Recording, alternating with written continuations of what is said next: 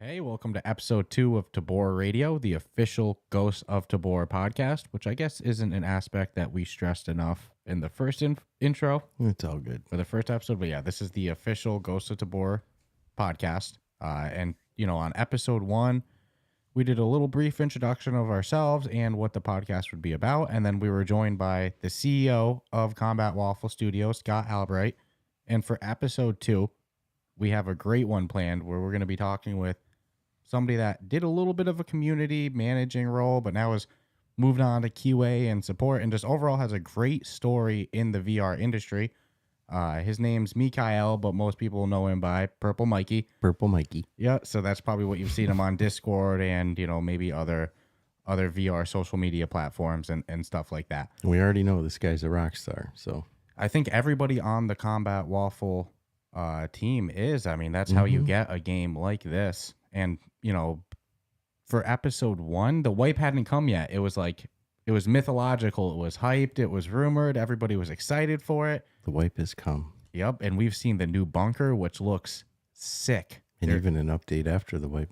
Yep. Mag palming is now in the game, which is something that we had talked with Scott about in episode 1. But you can grab 2 clips at the same time and, switch them out of the gun. So you don't need to take your clip out, drop it, then grab. Nope, 2 clips in the hand at once.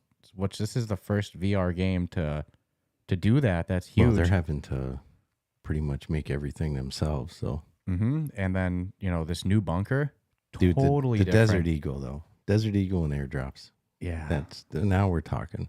yeah. And airdrops is a whole.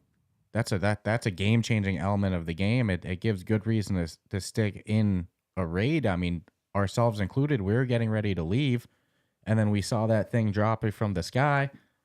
We're like, let's stick around and see what happens. And, 2 firefights later, it made it worth it. So great changes. You load into Tabor Island, you see the day tag on it. So we know night's coming. And again, this bunker, it's totally redesigned, new rooms. No, with what they're doing, with the just the bunker element alone, and then the future of it, you're really playing 2 games now in one, because the bunker element is going to be its own game in all the things that you're going to be able to do, and then you actually have the purpose of the game, which is the raid. So it's pretty incredible to watch how this is expanding on both ends, both from a in-map gameplay as well as just what's going on in the bunkers, because you thought you had a lot of shit to do before. Now you got so much more you can do. Yeah, I've already referenced it a few times, but if anybody hasn't listened to the first episode of Tabor Radio yet, where we sit down with Scott, I mean, something he teased was, levels coming to your character, into your bunker, and we can see the foundation of that, where at the end of the raid, you might gain some XP, lose some XP, depending on how you did, and it's great because they don't just reward you for loot. Of course, you do get some XP for that, but you get XP just for successfully doing the exfil, for killing other players, for killing NPCs, for picking up Something things. to be made for everything. Yeah, so what I think is great about that is it rewards so much more than just going in there, grabbing something quick and leaving. Like, no, hang out. Which I do it now and then, because I just, for time reasons or whatever, I can't, there's other times where we'll jump in and we'll plan on. Well, I'm also guilty that I find something that it's like, I'm keeping this, I'm getting the hell out of that raid. Yeah, you want to keep it. Whereas other times it's like, we haven't really gotten any good loot yet, or I'm going more for like trader missions, kill some players. Solo play, I tend to go in and just try to get the hell out, and whatever I can grab from point A to point B, then I grab it, dump it when I get back to my bunker, and then go in alone. But if I play, with you, or if we do you and Caleb, then... Or if we both die and now you're alone. We go in for the, that's when we're bringing the water and the food, and we're going in for the long haul, and let's try to wipe the server. Yeah, and I mean... Take everything we can. Double fisting.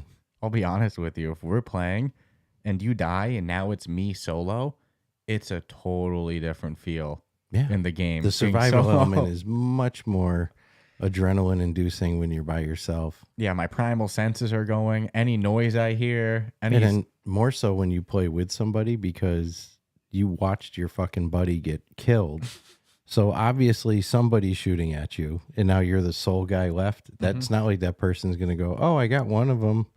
I'll just stop firing my gun now. No, whether it's NPC or human. And now there's a group of people who their thing is to, they just hunt. I felt myself being stalked before, Yeah, I they swear. stealth hunt. And also, let's be real. Somebody kills your buddy, you want to kill them now. You go out there with a little bit of a vengeance too. You know, somebody takes you out. It's personal. I need to take them out too. I hunted one guy once. I Followed him good. I was able to track him, and what I did was I used the, maybe I shouldn't even give this away, but I will. I used the tree trunks to constantly block his line of sight from me, because I'd know if I can't see him, he can't see me. But I knew where he was, and then he'd stop and like go in his backpack, and I'd go to the next tree, and I was able to get like right up on him to the point where if I was good with, you know, a melee, I could have knifed him. But no, I just took out my gun and one shot, one killed him. But it felt so good because I'm like, I had to stalk him across the street and make it across the street without being seen, hope he doesn't turn around. I'm trying not to, you know, make too much noise. It was friggin' awesome, dude. The only way that could have been better is if it ended with somebody killed you because they were hunting you at the same time. The hunter being hunted. Which I'm sure has happened. So many ways to play this game. Yeah, but this update, you know, so much has changed since episode 1. You know, the functionality. I think we're gonna hear about it from Mikey. Yeah, I'm sure. PurpleMikey himself. But I'll say without a doubt, just on my end, my performance has gone up so much. No crashes, everything's running smooth. You know, no frame rate. So I might argue performance goes up. Like personal performance or game performance? I meant game performance, Okay. like no frame rate drops. Personal performance, yeah, we played enough. It's but I go in waves. We've even gone through. We've gone through funks of like losing 5 raids in a row. You know, so I don't think stop lying. We ain't never lost no 5 in a row. Yeah, that's a little bit I know 3 in a row definitely, and then as predicted after the wipe, I knew that like there's going to be some serious players jumping into these servers, and that's when we got pinged like 3 times in a row. So yeah, player performance is one thing, but no, my game performance, you know, the visual quality of it, the frame rates, they fixed a ton everything's of smooth, shit. you know. So I'm anxious to hear about it firsthand. So one of the great things about this podcast is, you know, of course, you know, we interviewed Scott last week, but he's kind of the guy that's appeared on a bunch of different podcasts, a bunch of different media, and with Tabor Radio, something that's great is we're going to be able to get a chance to hear from all of the different team members that make Ghosts of Tabor great. So like we said at the beginning, today we're joined with PurpleMikey, who works on the keyway side, some game support. So be good. This should be a good one. Yeah, this is somebody with, you know, he We'll let him describe what he is. Yeah, Scott hyped him up. He said, "This is the guy. So that's why I'm talk excited. to him." So let's hear what he has in bring it store, on. and we'll go from there. So stay tuned. And we're here. We're joined with Mikael, also known as PurpleMikey in the online communities for Ghosts of Tabor and some other VR games. You know, we've seen him around the VR industry for quite a while since we started the podcast. So definitely excited to have PurpleMikey on, but I think you'll do a much better job introducing yourself than we will. Yeah. So do you mind to tell our listeners a little bit about yourself and your role at Combat Waffle Studios and specifically with Ghosts of Tabor? Yeah, sure. So, for Ghosts of Tabor and Combat Waffle Studio, what I do is mainly support, and I do QA and managing a small QA team. And basically trying to break the game and then answering emails on how to fix the game. So that is I'm on both edge, like breaking the game, fixing the game. That's where I'm at. And I do jump in the middle too to do a couple of things. Yeah, that's awesome. It seems like everyone at Combat Waffle has many hats. It's like you're not just going to be one dimensional as an employee there. They're going to find something else that you can do or you're good at, and I think put you in that role. The game's growing too fast and too big of a player base. The game exploded. It's not even growing. It's like literally exploded. And anytime I go into like chats or different groups on other social mediums, I'll see when people are asking like, "Hey, what games do you recommend?" And there's always somebody saying, "Ghosts of Tabor, Ghosts of Tabor."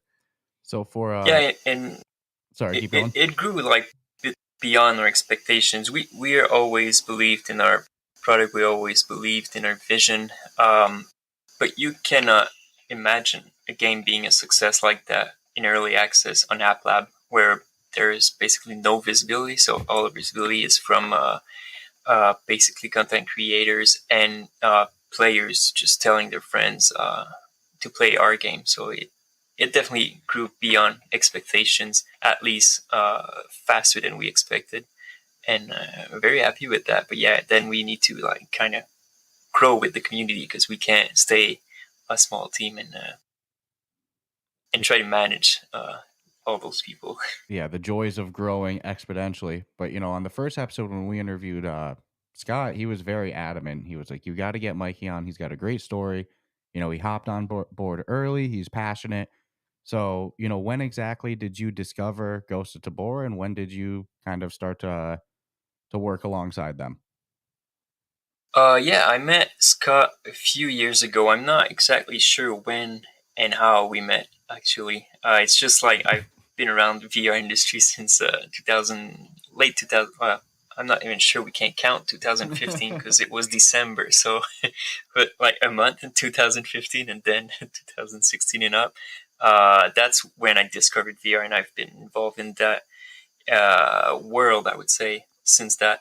Um, and then at some point I met Scott. I'm not sure when, and then he had the idea of making a VREL, which is a VR esport league. And then I started to work with him over there, and then we started to chat, and then he said, "Hey, I'm working on a game. I really want to make the next big game." And it is Ghosts of Tabor. And then I was not familiar with loot shooters. I never played Escape from Tarkov. I never played on Showdown, games like that. So he just started to introduce me to that idea that was Ghosts of Tabor. And I kind of got excited because I was like, yeah, it's basically an MMO VR FPS. Like you're always online, always, building your skills in real life, but also getting loot and things like that. So I was really excited about it. And I think it was June of last year when I got introduced to the project and all that. And then as we were growing, as the game was growing, I would say, I was getting more and more insight on where it was. And then starting at, say, November, I really started to work closer to the team to try to build contacts because I've been around VR since a while, helping devs. So I really tried to grow them. And then in December, Scott started to talk to me about joining the team, and I was like, I'm really busy, and I have a full-time job, and I got a bunch of projects, and then he kept asking me, and then around March, I said, okay, your project is way too awesome for me to pass, so I'm joining the team. So yeah, and I really love the team too, because like being around them and seeing.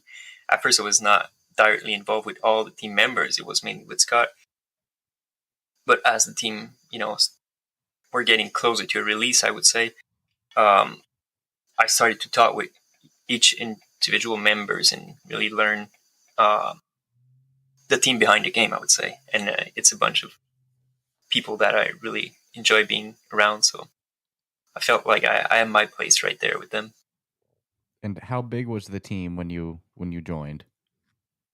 Did you even know the total size? Because you said you were working pretty Yeah. directly with Scott at that time. Well, back in November, I would say I'm not sure who was there yet. I know that there were some moving parts to during the process because when you start with an idea, then your vision might not match everyone's vision. So at some point, you have moving pieces that you need to find new people. Maybe they found a new role somewhere or something. So I can't say who was there when I was just talking with Scott, but back in March, I know we even February and January we were a small team. I think we were 6 or 7. Yeah. Amazing what can be done with passion. A small group, Oh, yeah. but with a lot of passion. It seems like everybody that works on Tabor, it's like they try it, and your eyes light up. In this case, it seemed more like at the beginning, like more conceptual than like here's the product we're working with. I mean, you were sold on a vision of what could come, but it's always worth noting too that this game has not been under development for like 3 or 4 years here. Mm-hmm. So we're talking a wicked short amount of time, Oh yeah, and it's available to play. It's the creepiest thing in the world to see this product this good in such a short time. It's like we it's crazy. interview tons of developers, and it's like a minimum of 2 years to get a product out there, and that's not anything as immersive Yeah, as this. So it's still mind blowing, and I always like to remind people that this is early access. It's only begun. This isn't the finished product by any exactly. Yeah, means, and that's why there's people like you that they're trying to break the game and find ways to fix it. So for anybody listening who they're more of a gamer than working inside the technical field of the gaming industry, do you want to explain a little bit more what being a QA tester and support entails? yeah, sure. So I'm also around the community trying to collect feedback, collect whatever could be helpful for devs, and then the QA team, of course. Basically, bug reports, crashes, or anything, just watching streamers, and I try to interact with them too. Just trying to find out what is not working, mainly breaking the game, but also like user experience. So, and then I bring that up to the team, and we're looking at it, making tasks for like everybody that would be involved in fixing the game.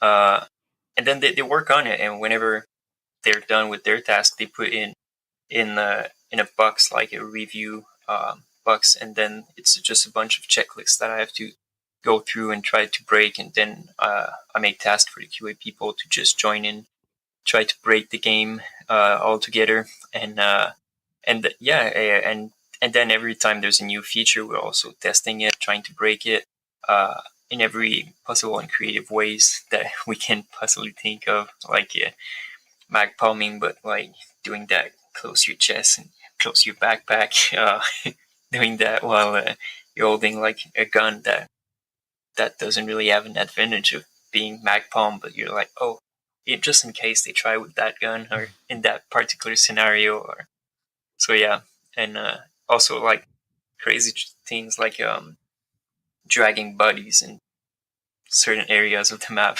because at some point you couldn't drag bodies, like use the body and drag them around in labs. So it was like broken for some reason in labs. So we were just killing people in labs and trying to grab the bodies and move them around in every rooms of lab. So yeah, so that's what we do basically. We try to break the game and be creative about how we can break it.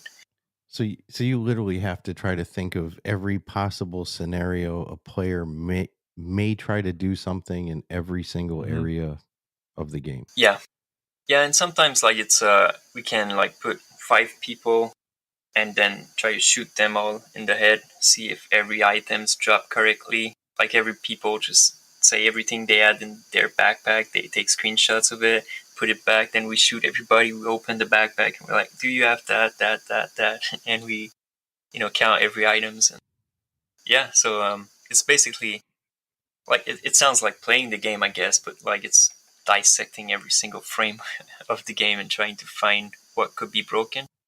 And it's like a strange, I don't want to say like scenario, but like it's a strange thing to test in a setup that is not a live setup, because it always seems to break more when you introduce it to uh, a lot of people. So like we tested it, like, oh, I think it's bug free, and then we push in, people start reporting bug like the second we push it out, and we're like, we tested that, it worked. And, but yeah, it's always different when it's a lot more players and with different setups, and yeah. Yeah, that's part And that. I'd assume also it never ends, because anytime there's an update, I'm sure you're still hacking at it, and then even when there's not an update, you still got to continue with it. That's a Yeah. tough grind. Well, and beyond that, there's the whole QA team trying to break the game. But Yeah. how big is the Discord? How big are the Facebook groups? How big is the Oh, community the that plays Discord's this game? ridiculous. It's not just the QA team goes in and tries to break the game. There's a subset of players that either intentionally or unintentionally go in Find and stuff. find Yeah. stuff to break. So kind of on that, there's some, Yep. there's a lot of channels of community in this game, whether like I referenced before, that's Discord, which is huge. I see some very big Facebook groups as well. And occasionally I've seen people post like, hey, I discovered a bug, but I don't want to post it in the group because otherwise, then people are going to go, well, that's a great idea, So Yeah. just to get it on record, if somebody's playing the game and either intentionally trying to break the game or unintentionally, and they discover an exploit or a bug or a glitch, what's the best channel or a method to get this word to the QA team? Yeah. So there's many ways I would say to reach out. There's the mud team on Discord. If you're on Discord, they do a fantastic job of collecting the data, and sometimes some of them are also part of the QA team, so they kind of know if we are already on it, so they can answer straight away. And there's more moderators than there's me. Like there's only one me, so it's easier if they go that way. Or they can say, let's reach out to support at Combat Waffle, and then they can send me an email, so I can look into it via email. Many people DM me too on Discord. It's not my favorite way because like right now I have over nearly 100 DMs right now, and I looked at them yesterday, so it's very hard to go through all of them. Give you anxiety.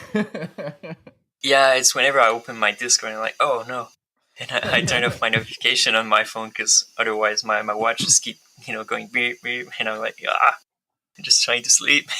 So yeah. So whenever I go in front of my PC, I realize that I'm late on job because I have a bunch of DMs to answer and emails to answer. So if they can go the Discord way and it moderators, then it really makes it easier. But they can send me a DM or an email, and I will try to get through it as fast as possible. I give those mods in the Discord a tremendous amount of credit because I'll just like the general chat, which is probably the most poppin'. Oh my god, dude! One time I went in there, I said like one thing, and then it was a slow conversation, but it's buried. I couldn't it's gone within seconds. I mean, just boom, boom, boom, boom, boom, boom. So we huge community in Discord. So when you got started on this, were you expecting this kind of, sudden exponential growth, or has this completely blown you away and, almost weren't even prepared for this kind of huge community? Yeah, so since I've been around VR since a long time, before the game launch, I was talking to Scott, and then I was telling him what to expect and what not to expect. And I would say that such a big amount of players joining in was in the not to expect section of it. And yeah, and it definitely happened. So it's something that I was not expecting because we're mainly visible on Steam. And Steam usually, the PC VR community usually don't really buy games unless it's on sale. Like it takes time before it really, catch, I would say, like before it catch fire, and people just jump on it. So it was a surprise to see both the Steam and the Quest version do well right away. It's not something I was expecting, especially with AppLab, which is very, very hard to get discovered on. If you go on AppLab and then you try to look on the VR database and then you try to look at the ratings, most games are not even rated on AppLab. They got 0 rating or 1 rating. So that is something that Meta really should do better, in my opinion. But we're the lucky ones, so we can't complain about it. If I'm looking at the others, I wish there was a way for them to be discovered. I mean, I will throw the caveat in. I mean, I put some of the responsibility on for being discovered on AppLab. It's that self-marketing that if a team isn't doing or trying to get the word out, it happens. We've seen and spoken to a lot of AppLab devs who recognize that, and they did do their best to get the word out and, start a community, start a Discord. But when you don't and you don't have ratings, I kind of understand why. Yeah, well, I think I even saw Yeah. this year for official store and app lab. There's only been 2 games that have broken 1,000 reviews that have released this year, and one of those is Ghosts of Tabor. That's talking on the MetaQuest store. Mhm. So this is Yeah. like Meta's dream app. It's a game that doesn't need Meta's Well, marketing to it's succeed. Combat Waffle has proved you can do it Well, here's the thing. if you're willing to have a team that, I mean, there is a passion that everyone seems at Combat Mhm. Waffle that they have. I mean, we've talked to Scott twice, and there's no doubt his passion is 100% real. And I think he's done a good job of putting together a team that's just gangsters at what they do. Well, the reality is, and I'm a huge VR industry supporter. We review games, talk VR news, interview devs weekly Yeah. on Ruff Talk VR. We love the VR industry, but the reality is, why is Ghost of Tabor so successful? It's because a Ghost of Tabor didn't exist before. There's not a Mhm. thousand other of these loot survival No, based there's none. shooters. And the sad reality is sometimes a lot of people are scared to take chances. That's why there's a million gorilla tag clones on SideQuest and 1,000 rhythm games involving swinging your arms, because it works once and then everybody goes, let's do that. So probably we'll start to see some Ghost of Tabor clones, but they'll never be the original. I often talk about, let's see Civilization in VR, and people crucify me for that, because they're like, it's not utilizing the full scope of VR. And we talk a lot about wanting to see board games in VR, and same things. People go, oh, that's not immersed enough, even though Catan works great and Demio works great. And the only Yeah. reason they don't exist is because there's not people that have done and made it successful yet. But as soon as one person does it, then there'll be 1,000 others. And that's the reason Ghost of Tabor is successful, is because they didn't just do the same formula that they know works in other games. They went and they did something that doesn't exist yet. And that's so important for developers to do. Well, and filled a niche that Doesn't exist. people want, Yeah. I mean, Yeah. if you had told me years ago, like, hey, this is the game that's going to come out, I would have been super excited, even if it took 2 years before we could play it. And I'm not here to BS anybody. I'm just like you. I never played Tarkov. I never played this style of game, flat screen. It's not like I was a Tarkov maniac that's now going over to Tabor. But I've never even experienced something like this. It's like, hell yeah. And to have it in VR, I'm sold. I'm in. But if there was 1,000 other of these previously, would it have made the same impactful wave? No. But they did something unique. They took the chance, and look at the results, On App Lab. Yeah. So, And I think, like, beyond being unique, there's a lot of factors that made Ghosts of Tabor successful, and there's a lot of factors that will make our future games successful, in my opinion. And one thing that Ghosts of Tabor did great is pre-launch marketing, I would say. We've let smaller content creators in. We've let them create content, and it wasn't about the size of your channel necessarily. It was just about the passion you had for our game. So we've got a bunch of passionate people to join us on our journey and basically build a game with us. And I think then they show back respect and love for our game. And there's that. And then there's also trying to, everywhere I've been before was all about keeping things behind closed door, and Ghost of Tabor is really transparent about what we're doing, where we fail, where we succeed. And we're not ashamed to have bugs or things like that. It exists, and we acknowledge it when we talk to our players, So I think they kind of respect the transparency, and to say that we're working on it will take more time than we thought, and things like that. We're trying to really be human to human with them, and not, just basically pre-written sentence that we paste over and over. That's not what we do. And yeah, building a community before you launch the game is really important. I see VR games launching with not even a Twitter account, or like you see the game launching and they have like 100 followers, and you're like, oh, there's maximum 100 person that know your game exists right now and want it. It's not something that you should do, launching a game right now. I believe that if there's no interest in your game right now, you should delay it until there is. I know that there's some financial reason why you would want to launch a game right now, because you kind of have a date, and that's when you need to launch. But yeah, there's a bunch of factors that made Ghosts of Tabor successful, and there's a bunch of areas that are not explored yet in VR. You're talking about civilization. That is one area that really fits VR. People, especially like on socials, when you go there, they're like, that doesn't work for VR. Well, it works for VR. Everything works for VR. Cleaning your desk work in VR if that's what you want to do in VR. Whatever you want to do in VR, you can do it in VR too. It's not because it's not done that it's impossible, because a loot shooter is also impossible in VR if you go back 1 year, because it doesn't exist. And like Beat Saber is impossible in VR if you go back to 2015, because it was not there yet. So I just think there's a bunch of areas that are not explored yet and should be explored, and won't be explored until someone really say, hey, I'm going to do it because no one else will do it if I don't do it. If you're looking, like, there's a game that came out, I think it's called like Terraforming Mars or something like that. That is about building a city on Mars, which is kind of like Civilization would be, I guess. And the game really works because you look left, you look right, and you're in the game. Per you're there. I think it was. And, Per Aspera. Yeah, that's the one. Yeah.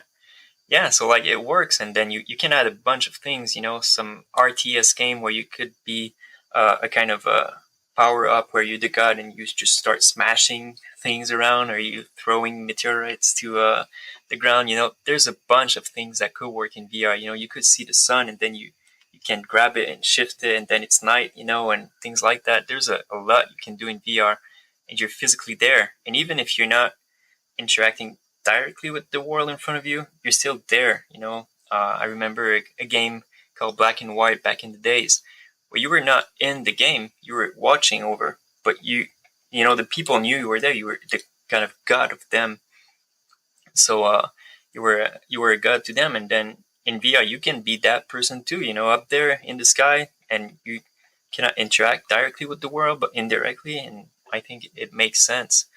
So yeah, I think the VR community really should learn that VR is about everything and not about specifics that are already there on the store, and then VR would be a better place to be. Absolutely. And when we talk with Scott about future projects, I know Stratus over here joked, "Oh, I want Rust in VR," and he's like, "Well, who wouldn't?"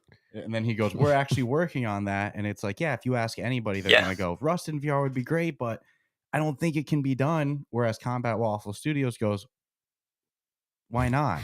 Let's Hold do my it." Coffee. Yeah. So thank you for confirming my beliefs. I think those top down, simple management great games work great. I think in VR. it's the minority voice that screams like, that Exactly, wouldn't work in VR, but sometimes the minority voice is the loudest.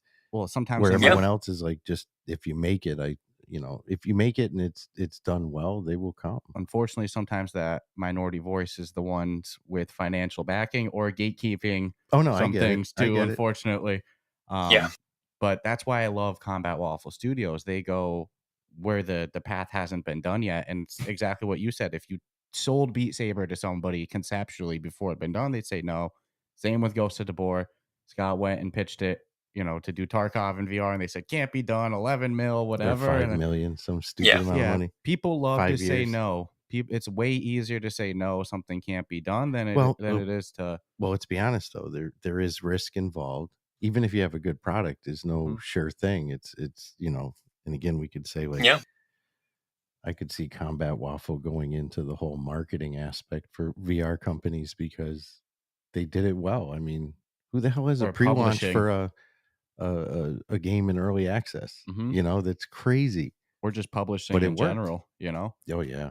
Something that we've glossed over with you that I think is a huge aspect of your role is, you said you got started with VR in 2015. You mentioned, based off your previous experience working with VR games, you wouldn't recommend this. So you're not somebody that this is your first role in the professional side of VR. So do you want to talk a little bit about, your background in the industry of VR before Combat Waffle Studios and Ghosts of Tabor? Yeah. So before Ghosts of Tabor, I was actually working as a director of art department and automation for a company doing NHL jerseys, basically. It was a very different industry. So, but that was my day-to-day job where I had my financial security, I would say. But at night, I was working on totally different projects. My nights were all about VR, so I was like doing my it was 8 to 5 job, and then when I signed off of that job, I was cooking dinner, eating with family, and then I was like, okay, on to my next job, and I was going helping VR studios all night. So and I was always refusing to take a paycheck or anything from other VR studios because I was like, I want it to stay a passion. I had that belief that as soon as it became a job, you would lose that passion. Because I saw devs, mainly on Twitter and Discord, just saying I don't play VR anymore because I work in VR all day. And I was like, oh, that looks like a very boring future for VR. If our devs don't even play VR and don't care about VR, they just care about putting their product out there. And I did not want that to happen to me, so I was just helping out for free. And most of the projects that I worked were under NDA, so I'm not sure when the NDA actually breaks. So I can't say much, but I've tested after the fall. There's Unplugged VR that I work with to find their publisher and things like that. There's a Green L VR that I worked on helping them out with feedback and building the game on Quest and then on PC VR because it was two different teams there. So yeah, a bunch of game over the years. Some that I've launched on App Lab, some on the official store, mainly as providing feedback, building contacts for all of them to reach out, find information about specific plugin that they were trying to integrate or something. I was working in Unity to build my own prototype just to show devs sometimes that something could work in VR. Sometimes they're like, no, like basically that's been done that way since 2 years, so that's the way we have to go. And I was like, maybe not. It's intuitive. It's not intuitive, and like it just breaks the experience for everyone. So maybe we could go that route. And then I was trying to build it and show them. And sometimes it was like, yeah, that's a good idea. And then they would go that path. And sometimes they were right. And the way that we were doing it since 2 years was still the best way that we know. So they were still going that route. But yeah, I believe VR still has a lot to learn in the user experience side of things. So yeah, but I've been around VR doing pretty much helping out devs to really reach their full potential, I guess. Well, and every game you mentioned happened to be some Yeah, some great really ones. friggin' good games. Some So of our favorites. you have absolutely. a knack for finding the good ones to work on for sure. Whether it's a coincidence or there's a correlation, whatever the result, some of those games won even awards on the show, like Green Hell VR won our best port of the year last year. Unplugged VR is one of the best examples of hand tracking I've seen after the fall. People still play that with, it's not a game that has so many maps, and it still has an insane amount of people going to it daily. So yeah, absolutely, all great games. And how did you discover VR? Like, what was your first VR experience? That's always something I love hearing. Yeah, I was extremely bored with flat gaming. I don't like sitting on a chair, and just watching a TV and barely interacting with it. And I remember I was playing on PS1, PS2, and then PS3, and I had fun with it, but I was mainly outside playing hockey, soccer, and a bunch of sports. And then at some point, I had friends that were starting to do the speed runs and things like that. So I was like, I think I might do that. And then MMORPG starting to be popular. So I was like, I might try to do that too. And I was always very bored with it. And then the PS4 came out and I bought it day one. And it's sit in a box on the. Oh, it was a PS3. Yeah, it's sit in its box, and I opened it like 3 or 4 weeks after it was just sitting there in a corner. I installed it, I put it together, and then I was like, I played. It was called Playable Trailer PT, which was a kind of a small horror demo. Silent Hill, I believe it was. Yeah, a spin-off one. That was insane. One of the scariest little game experiences I've ever seen. Yeah, and I was playing it in daylight, so I just like closed the curtains and kept playing. And I was like, I still too not immersive enough, I would say. So I would wait until night to play it, so it's really more immersive, and then I would wait until night, and I would sit closer to the TV just to be really immersed and not have distractions going on. And then I was like, yeah, I prefer doing it in real life than in the game, I guess. But there's no horror experience like that in real life, I guess.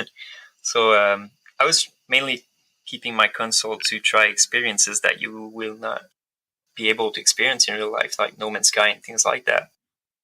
But I couldn't play for more than an hour and then be very bored with it. So I stopped playing at some point during. I had the PS4, did the same thing, it sit in the box for a while before I installed it, and then I finally installed it. And then it was 2015. Someone said, "Hey, there's a new thing that exists, and it's called VR, and it's like gaming, but like if you're sitting right in front of your TV." I was like, it sounds okay. And then they said, "There's a demo in a town. Do you want to go and then we'll try it?" I'm like, yeah, sure. So we did. We made a little road trip of 30 minutes to get to Montreal, and there was a demo over there.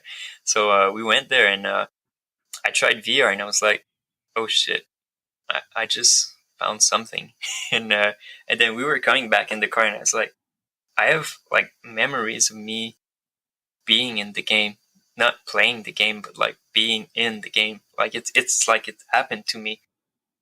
And then at night I was sleeping, and then I woke up in the morning, and I was like, I have dreams of me in the game, doing things I did in the game, and it was just weird to me. And I was like, I need to try it again. And then I went back to the same place, and basically they said, well, the demo's not here anymore. And I was like, I need to play it again. So where is it? and they said, well, there's a VR arcade that will open soon, so you might want to wait for that. So I was like, okay, I'll wait. And then there was a VR arcade that opened in Montreal, and I went there, played again, and it was fun again. So I just started to go way too often, I would say. And it was like a 30-45 minutes drive. And then in Montreal, there's basically no parking, so you have to pay for a parking. So I was paying for a parking. I was walking to that place. I was paying for a room and then playing it. And at some points, I was like, I need one at home. And so I started looking for it. But you need like cable, and then ceiling cable management, and then you need a bunch of trackers in your room to be really tracking it. And I honestly ate all of that. I think that's holding VR back.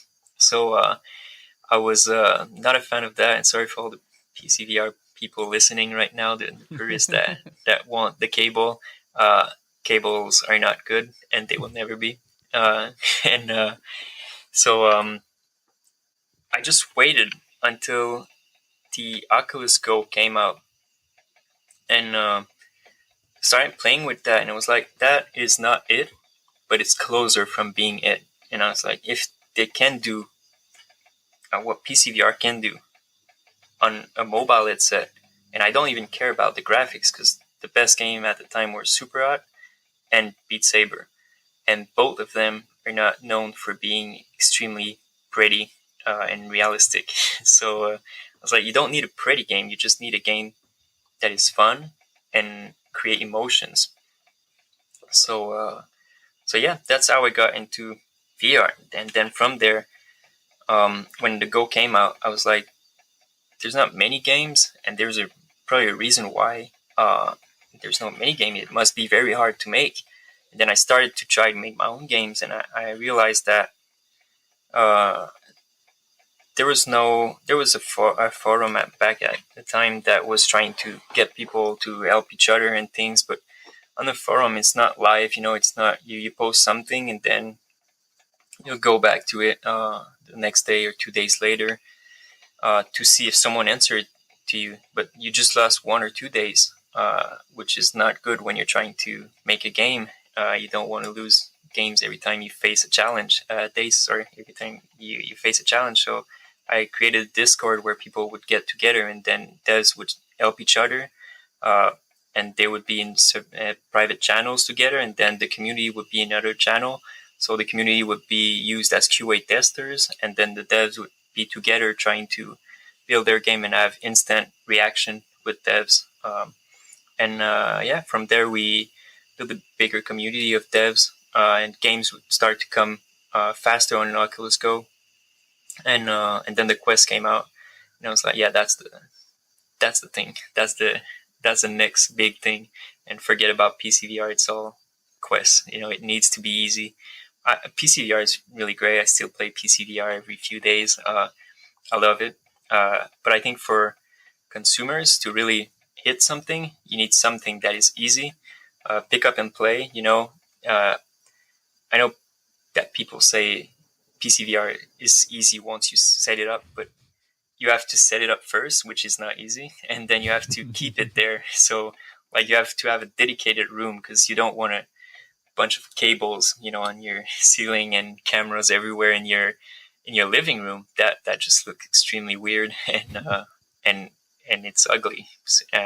So I think Quest is where it needs to start, and I think the numbers speaks for themselves too. So yeah, I mean, we've been watching VR since, geez, the Oculus Kickstarters, but I never had a PC yeah, VR ready computer. And then the thought of, well, I'm going to invest all that much in the computer, which will be out of date in 2 or 3 years. And then I also need to get the headset too. It was always enough of a boundary to stop from entering as a player into the VR market, but I always watched it, and I saw the Quest 1 drop and I almost got it. Mhm. I went over to my sister's house. I tried the Quest 1, and the Quest 2 was just coming out by then.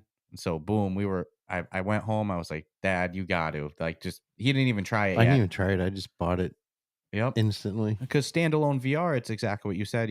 Unfortunately, I know, like you said, this isn't what the PC or VR crowd is going to hear or want to hear, but I agree entirely. Like wires and hardware requirements with the computer, stuff like that is going to keep the industry a much more niche number. Whereas to be able to just grab a hardware, put it on your head, and that's it.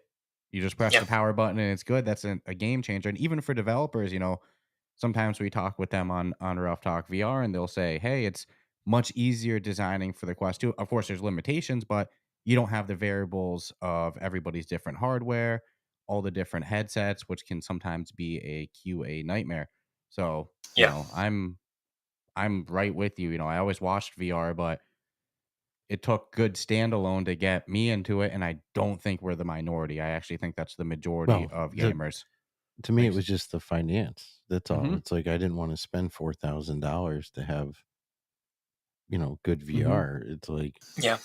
the price of the Quest 2 is to mhm. me the biggest driving factor. I mean, the technology will get better and better and better, but Well, and not Yeah. everybody lives in a house or a spot that they own. Some people rent, and there's agreements you can't drill stuff in the wall and to start to hang up pulley systems and light track. It's too much, and It limitations of is. space.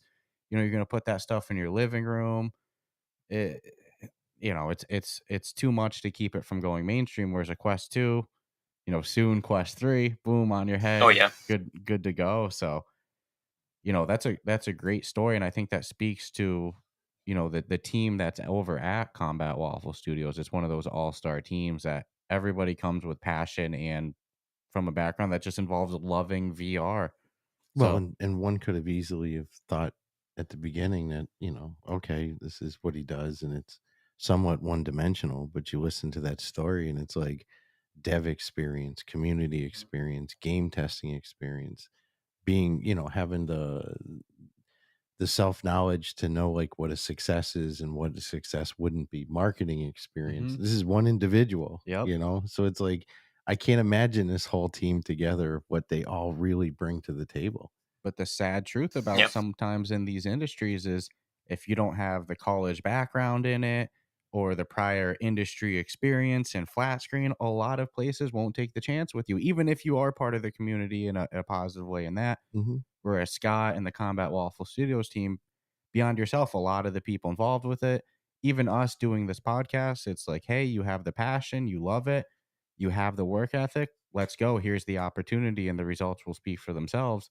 So I think that's another aspect of why this game is so good. I think Scott has a knack for finding and recognizing talent. Yeah. And through, past life experience, I'll say, prior to combat, it's like, and you're able to apply that. It's just weird. Guy comes out of nowhere and he's just most popular game in VR. Waste in VR. It's freaking amazing. Yeah. But it's something that I think other teams should be looking at closely and going, what have they done? I'm not going to say anybody can make a game, but you can put a team together and make a game. But how is this team been able to make a game, release an early access, and still crush it out there? Because it's full of passionate people. They've taken chances on them, and they're all delivering. And the product and the results speak for themselves. So I love that story. Great background, and kind of back to Ghosts of Tabor. The other week, the much anticipated, much hyped, the wiped came. New with bunker, the changes, new bunker, and there's been a couple updates since. We got mag palming. It's just fun to do in the bunker just for fun and ha-has. And it's great. Weight's coming. Some graphical changes on the quest. I noticed the water's kind of a different, I don't know if color or tint or shade. I swear it was an improvement to the overall graphics. To me, the graphics look better, but the stability is way better. I noticed when you load in onto the island, now it says day, which means to me, night mode coming. I know Scott teased that, but now it looks like it's in the code or at least ready to go live. So I see some people online, they'll comment, even though you do a great job posting, here's the patch notes, here's what changed. No, the announcements are no joke. There's no when you were talking transparency, it's legit. If there's a delay on something, it's like, hey, we're delaying. This is why.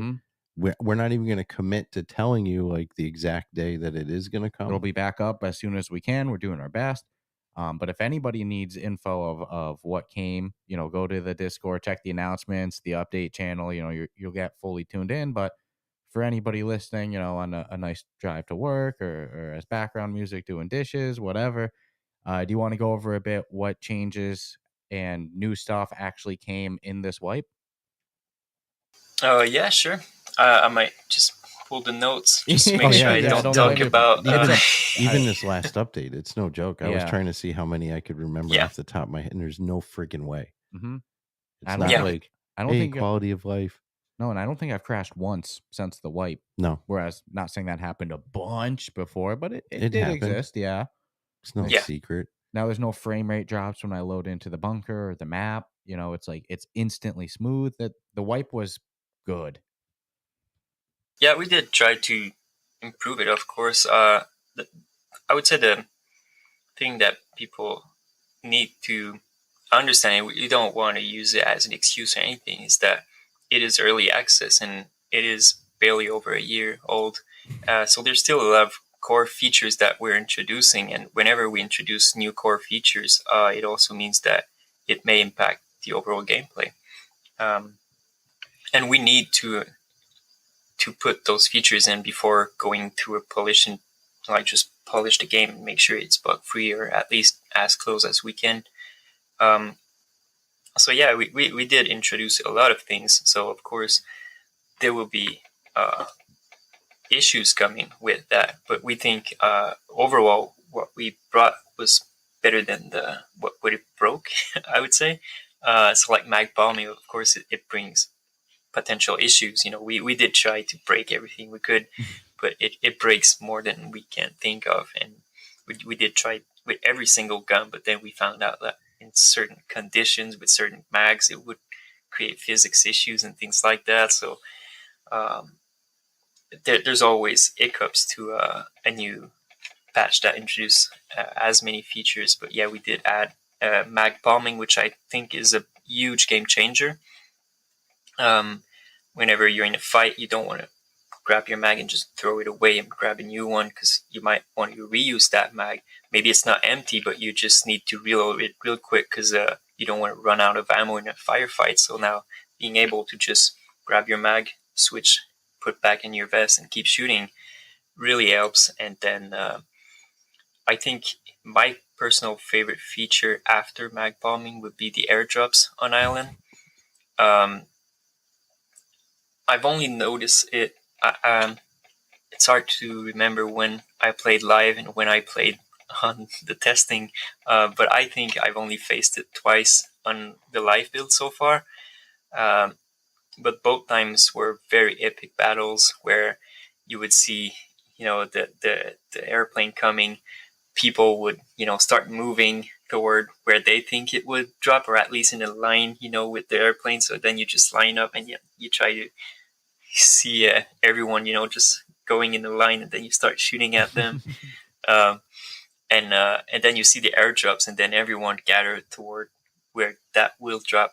Some people do stay a bit further, but they have an angle on it. So as soon as you're moving, you're just watching every potential angle where someone would snipe you from. It changes the game entirely. And when it drops on the ground, that little sound it makes when it hits the ground, and then you see the red smoke coming out. It really changes the fights on island, and from what I've seen, makes people stay on island a bit longer to try to experience that, because that was an issue. People would go on island and just run toward the exfil, trying to grab a few things on their way, because it's a much more, I don't want to say flat, but like it's one level map. Even if you go up a hill, it's not like floors like a silo, so you don't have to go through CQB fights. So island was used for just going in and going out, basically. So I think it really adds something to that. There's player experience that we added. Right now, player experience is really just a hand screen that looks cool, and that number that you can brag about and say your friend, I'm level 10, you're level 2, so you're bad at the game. So it's just something cool that you can use to brag about. But it was something that we had to introduce to the game, because it's linked to so many other features that are coming that we had to set the foundation for that. And people were like, why you even show that to us if you're not using it? Well, you can just not look at it if you don't want to see it, but many players like to see the XP that they gain from killing a player, or the XP that they gain from looting and things like that, and just say, I'm a better looter than you because I got that amount of XP, and compare with your friends that you were in a raid with and say, I made that amount of XP, how much did you make? It's bragging rights, basically. Yeah, so I think it's a cool feature. We did remove the ability to grab guns from other players, which was cool, but it came with some issues over the network and things like that. So we had to temporarily remove it. We hope to bring it back, because there's some people that make very cool videos, stealing someone's weapon and shooting them. So I can't wait for that to be back. The purple cards are back to what they were before, what they should be. So it's the vault rooms, rooms with eye loot in. That's what the purple cards are for. And we introduced the orange card with their real purpose, which is unlocking the extract point in a specific location of an island of Tabor. So it's a cool place that you can just basically loot the labs. That's a hint of where it is, and then exfil real quick without having the danger of crossing the entire map to extract with your good loot that you just found. And of course, the safe house change. So yeah, I would say like the major changes would be mag bombing, airdrops, and the safe house that is entirely redesigned with the power generator, water filter that now have a use case, because before that you would grab the water filter and just sell it because it meant nothing. But now you can refill your water bottles, and they might even be harder to find at some point in raid, because now you can keep them, refill them, and bring them back into raid, which will change the entire dynamic of how you deal with water. So and of course bug fixing and things like that. And then the latest hotfix that we brought, we also wanted players to enjoy some new features like boosting the resolution of scopes on PC, because they have a PC that is capable of doing that, and it's not fun when you're looking through a scope and you see blurry, but everywhere around is not blurry. So it makes sense to give them a higher resolution scope. And of course, the Desert Eagle that we introduced, a new scope we introduced, and left-handed angle grip, so you can switch the angle of the grip if you're left-handed, which helps them, because they used to go shooting cross arm because the angle grip was for the right-handed people. So now they can switch it and play in a more comfortable angle, I would say. And that's pretty much it. That covers a bunch of things that we just introduced to the game. Nice. So we'll go a little bit into the bunker. The new bunker's sick, but you referenced refilling water. So I got to ask, how does one refill water and gas? Yeah, so for the water, you basically find a water filter that will have a kind of durability to it, so you can see the meter on the side, and then you install it in your kitchen. You go in the kitchen area and you install it between two pipes. There's an icon there, so you just place it there, and then you would use the sink next to it to refill your water, and don't forget it open, just running. If you turn it on and then you just leave, it would keep going, so you will lose all your durability from your water filter. So make sure you just fill the bottle, close it, and then don't use it if you don't need to. Same for the power generator. So if you bring gas in there, pour gas in, turn it on, and if you don't use your bunker anymore, you're logging off for the day, turn it off, because you don't want it on while you're not playing the game, because it will keep using gasoline. It will be linked to features in the future that you might want to use your power generator, keep it on while you're not playing the game, because it will maintain some things that might need power in your bunker while you're not in the game. So there will be cool things, and don't forget to come back to put more gas in before it runs out if you have things that requires it to be on. So people will have to return to the game if they want to keep it running. And to find gas, you can go buy it from the market or in game. It's a rare loot, and it spawns an area where big loot can spawn, like helmets and things like that.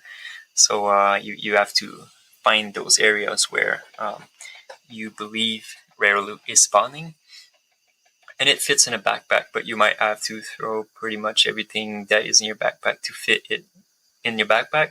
So it's about deciding if it's worth the space that it will take.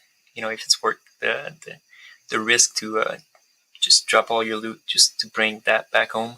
Or you can carry it in your hand if you're using a pistol in the other end or something. And so, No, I think I know why you'd want to keep something running, even if you're not playing. I won't say what it is, because I'm pretty sure I know what that would be. I have a guess that it'll be just based off of our first episode with Scott. I think ET's plants growing. Well, you've got the grow room right there. So it's gotta be the plants. It's gotta be the plants. Would be even crazier is if you could set the light timer for the plants on the light schedule. Like 12 and 12? 12 and 12 or 20 on, 4 off. Yeah. Oh. wicked excited for the Desert Eagle. I personally think that's a great. I mean, you're throwing a 50 cal bullet out of that thing. I think You don't have much of a chance with a. I think you would even ask Scott about it if you had ever shot one, or I don't remember. I don't know if you asked if it would be I in the asked game. No. I didn't ask if it would be in the game. I asked if you ever shot one, which of course. Yeah, he said yes. He said it's a hand wrecker. Yeah. I mean, it is. It's a 50 cal. That thing's gonna be so loud in the game. You're gonna hear when. And the airdrops. We will admit, we got to see an air. Just by coincidence, it dropped right next to the house we were in. I will neither confirm nor deny if we, and then hit a guy or two going after it. No, there was like four humans, and two of them had an amazing loadout. I mean, like phenomenal. We killed them. We grabbed their stuff. We're like, ow, we're leaving. We're done. This is a wash. But yeah, so we were guilty of because we were looking out the window and we saw two go running, and then we picked one of them and hunted the other, and then while we were looting behind the airdrop all the stuff they had, because it didn't expect them to be that packed out, and then two more people tried to flank us on each side of them, and they got killed. They got the old rat-a-tat-tat. I think I ran out even carrying a full backpack in one hand on that one. Yeah, and I'm all about the stats. I won't lie. It feels good when you to know. I even love level whatever. It doesn't. It feels good. I want to know experience goes up. And I even loved what Scott talked about on our first episode of potential bunker levels itself beyond just the player, but leveling up your whole bunker. That's lights. Oh my! Let's talk about that. Yeah, well, hey, even now you turn on your generator, boom, you notice the difference visually, and to know that that's going to have a gameplay effect too is there's huge. So many things coming. I think first time we talked to him, it sounded like a 5-year plan of content and fixing. This is gonna, I don't know. This is one for the bucks. And the new bunker is sick with, you were talking about the generator, the new water, the money room, you get to see your pile of money. For people that had DLC, instead of everything being in the computer, it was automatically placed on the wall. Which freaked me out after the wipe. I went in there and went to the trade room and was like, everything's out of the computer. Where's all my shit? I'm like, my stuff's not on the wall, your armory baby. in there. And now the armory has 3 or kind of like a main room and then 2 side ones. Same with the supply room. We had referenced the grow room. There's so much in that new bunker. I love it. I don't think I've seen a grow room in the new bunker. No, but we know it's going to be there. It's not open yet. Okay. Yeah. We're working on it. So when there's some rooms that before opening them, we want to make sure there's a reason why it's open, like the grow room or the radio. So since it's just like, if there's no features in there, it's just visually looking at models that may even change soon. So like we don't know if that's the final form of it because we're working on it. But they are being worked on, and we're very excited to introduce them to our players whenever it's ready, because we don't just do that for being pretty and adding an activity to the game, growing plants and things like that. There will be a purpose to it. I think whenever we reach that place where the bunker is final in its feature, I would say, and connecting the player levels to it, and every aspect of it, people will realize why we've built that and follow those steps to get there, starting with the player level and then adding that room and that room and that room, and I think people will see the dots connect and be like, yeah, that's why it was made that way, and it makes sense now. So I'm excited for them too. I got complete faith in the Combat Waffle team with what they're doing. I have no problem with that door staying closed until it needs to open. But every time there's a change, it's always for the better. I've never seen, granted, there's been updates, and then because of the updates, other things happen, but there's still been improvements. So I always say the improvements will always outweigh the. And I know we've already said it, but I can't stress it enough. It's not a finished product. It's still early access. It's ridiculous. It might feel like a finished product because it's the only game you play now and it's so much fun and everything, but it's still early access. It's less time than most games take to develop in total. You know, it's like you would reference, 2 years, 3 years is what we hear from developers a lot. 2 years on an aggressive studio. And this is just over a year, and people are playing it. So of course there's going to be bugs. As you add new features, there's going to be new bugs. You try to fix one, there's going to be a new one. Just enjoy the ride. It's only going to get better as the I always joke that there'll be a time where people long for the early days of Ghosts of Tabor, like the original first, test model. Even if it's got bugs and whatever, people are going to want to play it. I say we're 3 to 6 months away from people posting OG bunker and throwing, posting flashback photos. People being like, whoa, what's that? You had to be there, and somebody goes, oh, I want that back or something. It's going to happen. That's how it happens in every game. I think it happens a bit with the reward, the wipe reward. So some people that were there, early on got the golden AK alpha, the golden AKM, sorry.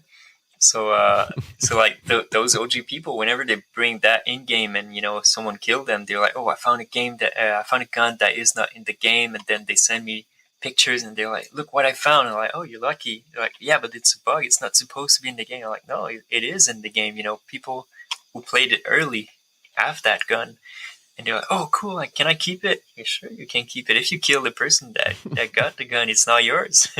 So yeah, I think it's already happening. People that not only have memories of the old days of Ghosts of Tabor, but also carry kind of a gift from those days. That is the wipe reward. So I think it's just a proof that you were there, and you may or may not want to bring it in raid to prove your point, but it's there in your bunker. That's why there is no way my gold AK leaves my wall. That's just where it stays. I keep it away from everything, so there's no accidental. Because I'll admit, with the lights dimmed, it's you might mistakenly grab it, but you will never kill me in game and find any of my reward shit. I'll never go in with a giant spoon. I was going to say, I'm never even bringing that in. Well, because here's the thing. If I knew for sure, if I died, somebody was going to walk away with it, I would bring it. But there's no guarantee somebody's even going to loot it. And that server ends. That means that limited edition item, that limited time, that there's a finite number.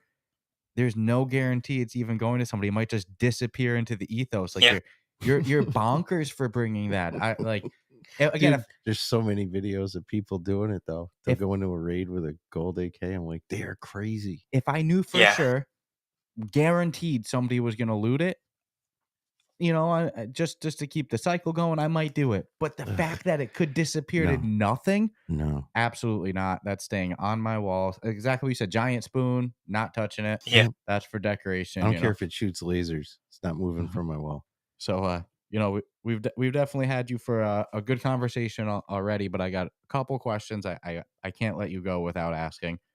First off, what's your go-to loadout as somebody that's been playing the game since the beginning, somebody that works in it? If you tries to break it, if you go in, you just want to have fun and run town on people, what do you go in with? Yeah, so my opinion on that is probably different from many people, because I like to go with starter gear and take on players with late game gear, because I feel like there's nothing more satisfying than using an SKS, which cannot even have a sight on, and kill someone that has a way better gun than you. So I go with the SKS. That's how I start my raid. I go with 2 mags in my pouches and then 1 in my backpack, so I carry 4 mags total on me, 1 in the gun, 2 on myself, and 1 in the backpack. And then I don't even wear a helmet because I feel like it's even more risky. So I feel like it's the way to go. And then I wear the sand color vest, which has some protection, not too much, just enough. and yeah, I go with the adventure backpack. So I always try to fill it until there's no more room to fit an item in there, and kill as many players as I can. And of course, whenever I kill someone, I try to grab their gun and kind of do a gun game, and just try to improve my loadout as I go. within the raid. So yeah, that would be my go-to loadout here. I won't lie. I mean, in the early times when we started playing it, and right before the wipe, when we were like just using all our good shit, I love going in with like a Glock. Sometimes we've gone in naked with no vest, no Yeah, helmet, just the standard backpack, and then from there just try to. And there's been times we've gone in because of dumb mistakes with no freaking weapons, and we've still managed to leave the game with some body armor, that sometimes double fisting the guns. But it's a great feeling when you go in basically with nothing and you come out yeah, with a loadout. Like when we killed those players around the airdrop, and we're Dude, like, let's no, get this. that was one of the most stacked loadouts, Yeah. from gun to backpack to even having the Tommy gun in the backpack. I mean, I almost felt bad because it's like, wow, yeah. I might have been a little pissed. No, they must have been so confident they Oh were going yeah. to get us flanking us because Oh they yeah, yeah, and they we were were just in coming a around both firefight. they And you know sucked. how it feels from the other end because you've been there before, Oh, so you kind of know the feeling. some days you're the hammer, some days you're the nail. Yeah. Yeah. I think more often I'm the nail than the hammer. So I'm very proud of my hammer moments, that's for sure. And Yeah. then one And more thing I gotta ask, and then I'll pass it to Stratus over here if he's got anything else to ask before we let you go.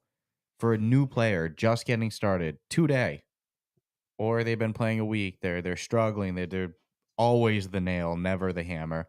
What's yeah, some tips that you have for a new player in Ghosts of Tabor? yeah. So I would say like um, Ghosts of Tabor and games in general, I think, are all about creating emotion and interesting loops. So because you want to go back to the game and you want to explore it over and over and over. So you kind of need to create that moment for you. So the best scenario to create it, in my opinion, is when you go in for the first time, just grab a loadout that feels decent for you. No gear fear. Just start your fresh account. Go in there, grab what you feel is a good loadout for you to start with. Um, Try reloading the mag a few times before going in raid for the first time. Just make sure you know the angle and all. How to get the mag in. I know the SKS kind of require you to put the mag in at an angle. You can't just do like most game and just magically pop it in. You need to really do like the real life motion. Um, so I would do that and not go in a raid, but go in a training mode where you cannot bring items back from your raid, but you also cannot lose items from your raid. So if you die, you spawn back in your bunker. You still have that loadout that you love. So I would say go just in a few training mode in, on Island of Tabor. Get used to the map. See where the loadouts are popping in. Not the loadouts, sorry, but the crates with the items in, and see the what you think are the point of interest of the map, and then just link the dots basically. See where you spawn and where are those point of interest, and then draw the routes. The routes. Sorry, to get there. So you will kind of know where the players will be based on where you spawn, where you think they would go, and then see the traffic, what it would like on the map. And after a few rounds, you kind of notice, where you spawn, where you go automatically as you spawn. Oh, I'm on the beach near pier, I'm going there. You kind of get used to those movement around the map, and train against AI to know how to shoot them. I know people say AI is OP, but once you know how to shoot them, it's extremely easy to take them all without taking a single damage. So just get around the map, get used to it. And once you feel comfortable and you're like, okay, I learned the map, I know how to beat the NPC, I know like if I spawn there, I go there, or at least I think, because I haven't faced real players yet, so you don't know like the spots that people are watching. Now take that same loadout that you got used to and go in a real raid and see if what you think would be a great ID really applies to real. I don't want to say a real life scenario, but real game, a real raid scenario, and see if it works basically. I think that's freaking awesome advice. Yeah. I won't lie. I still like going into the training mode per se, just for Practice. shooting practice more than anything else. Mm-hmm. So, that was really good advice. But before we let Mikey go, anything else that you wanna ask? I think at this moment in time, I think I'm good. That's a ton to digest. Yeah, that was a great one. This I was a I this was loved a fun one. hearing some of the background though. Mm-hmm. Like Well, what's gotten this gentleman to this point. I But think. it's awesome that he's part of the Combat Waffle team Mm-hmm. and did believe in the vision. But again, just a group of rock stars who have somehow. Well, I'm a firm believer that people passionate about the game and VR, like Mikey over here, is a huge part of why Ghosts of Tabor and how Ghosts of Tabor blew up the way it did. So We haven't seen nothing yet. no, That's the so craziest part of all. It's like it is nothing. yeah, not even the beginning. So Yeah. thank you for joining us. That was a great interview. Hopefully the players of Ghosts of Tabor, hopefully they picked up a tip or trick I or would recommend a notepad. got Yeah. some info to some things they were wondering. And anything else you want to say before we let you out of here? Sure. Well, I want to thank you guys for what you do for VR, Ghosts of Tabor, and other games too, because I've seen a bunch of your podcasts and episodes, and I really think that it makes you know it, every content creator contribute to VR right now, and we need that. We need positive takes, also constructive critiques, but positive people that really want to know more, curious about the people behind the games, and yeah, exploring the games. I said in the beginning, I think Ghost of Tabor success is usually impacted by content creators, and we're really thankful for that. And I want to thank you for the hard work you do, because it's really a lot to do to keep track of who you invite and things like that, and keep making new content, staying interesting and on top of the game on every podcast. So thank you for what you're doing, guys. No, definitely appreciate to hear that. That made my day. It's something that we do not full time, but it's definitely a full time gig, if that makes It's a full sense. time job that we don't Yeah. do full time. Yes, but we do that's it. what we're saying.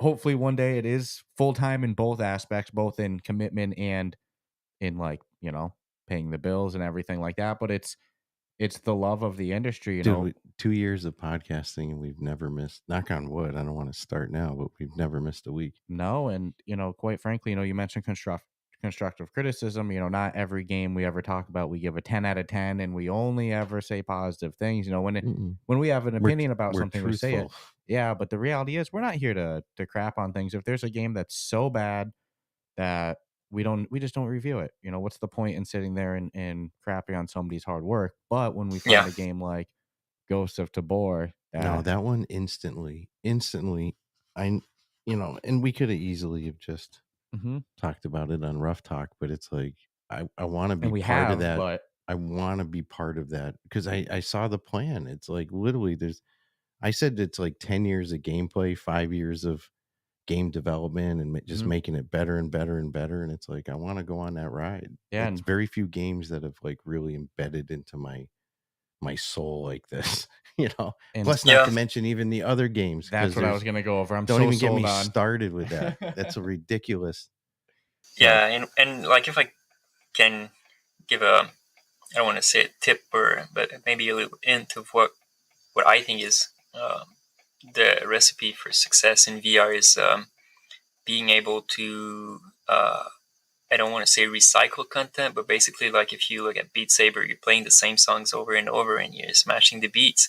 If you play Ghost of Tabor, you're playing the same map, going getting loot. If you look at Green Hell, you're going in the game and then you're doing stuff over and over. So it's basically making interesting loops and creating emotions. If you're playing Unplug, you're playing the same song and you see the crowd in front of you and they throw stuff at you. It's just create emotions in your game, create interesting game loops, and people will come back. So make sure the loop is there at the beginning of development.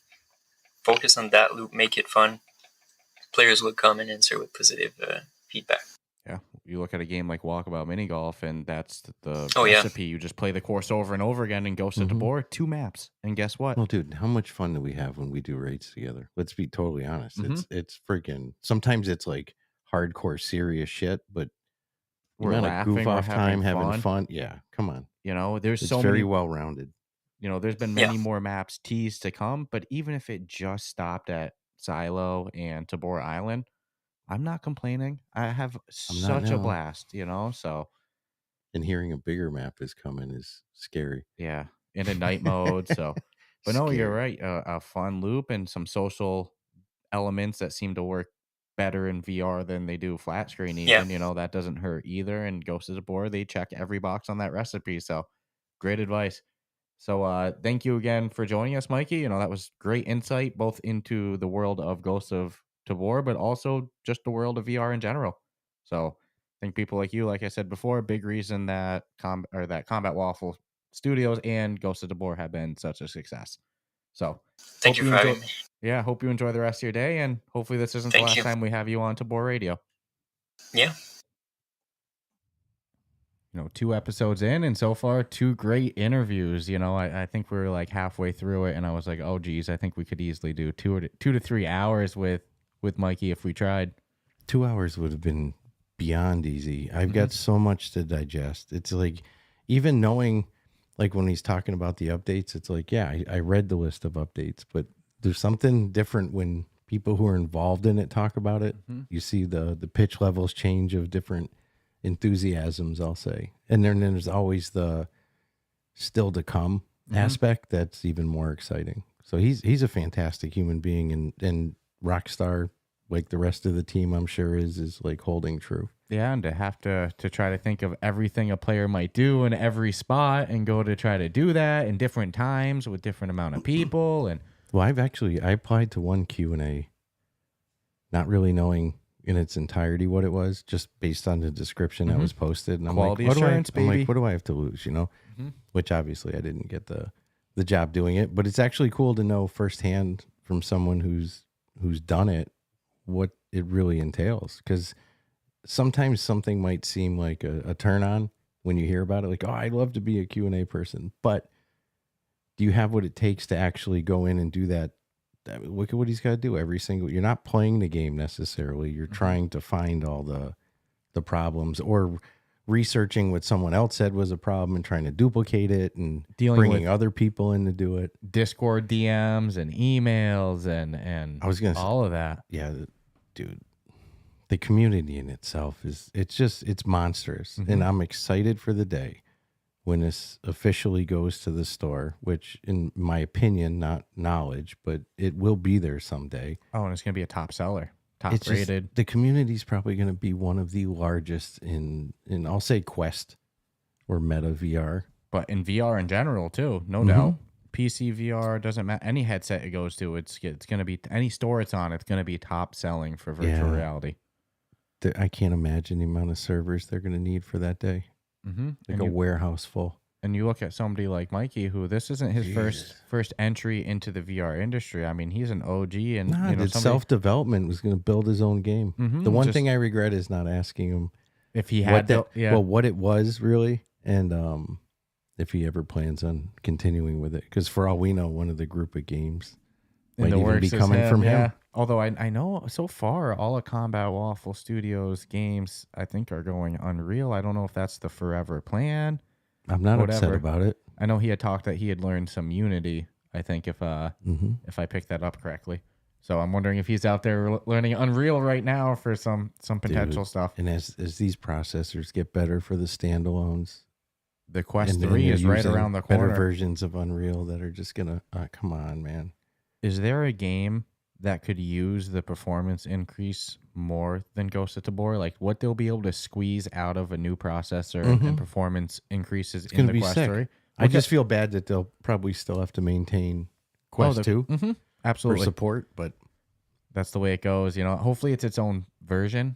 Not saying that they should by any means not drop support Quest 2. Yeah, no, there's 20 million of those. You know, 3 years at least. There's a lot of Quest 2s on the market, and quite frankly, there's not a single Quest 3 on the market right now. But if you look at the time frame from Quest 1 to Quest 2 launch, and the fact that they have been slowly, certain game, you know, we no longer support. You can still play it, but you won't get any more updates for it.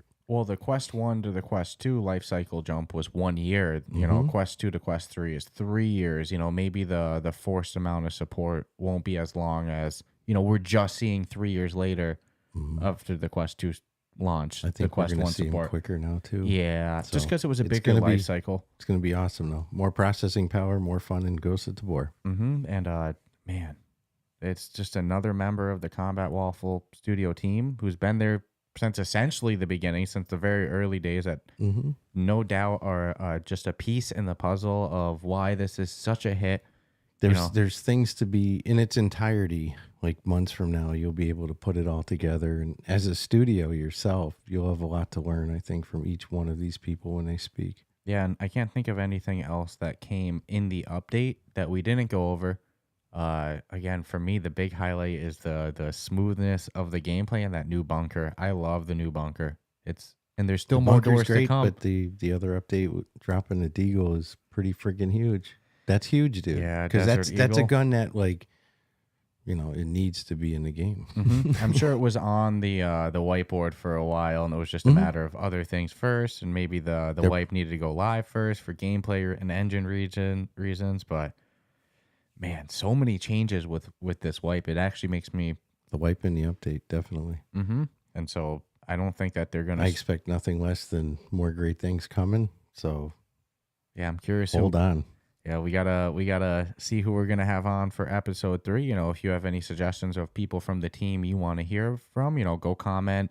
Who wouldn't you want to hear from? Yeah, right. Go comment in the YouTube video, the comments. Spotify has like a little comment section. Also post it in the Discords, you know.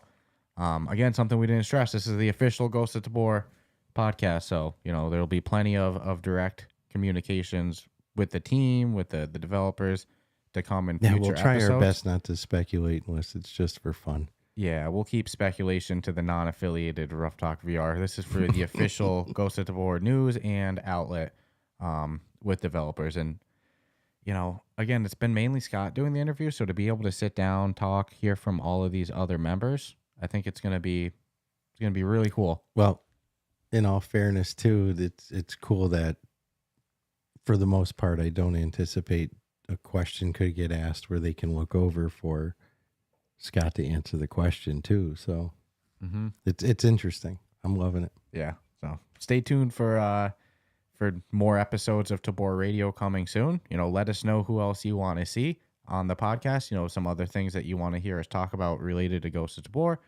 And then stay tuned for episode 3. Enjoy. Yep. Subscribe, 5 stars, all that stuff, and enjoy the rest of your day. Ciao, ciao.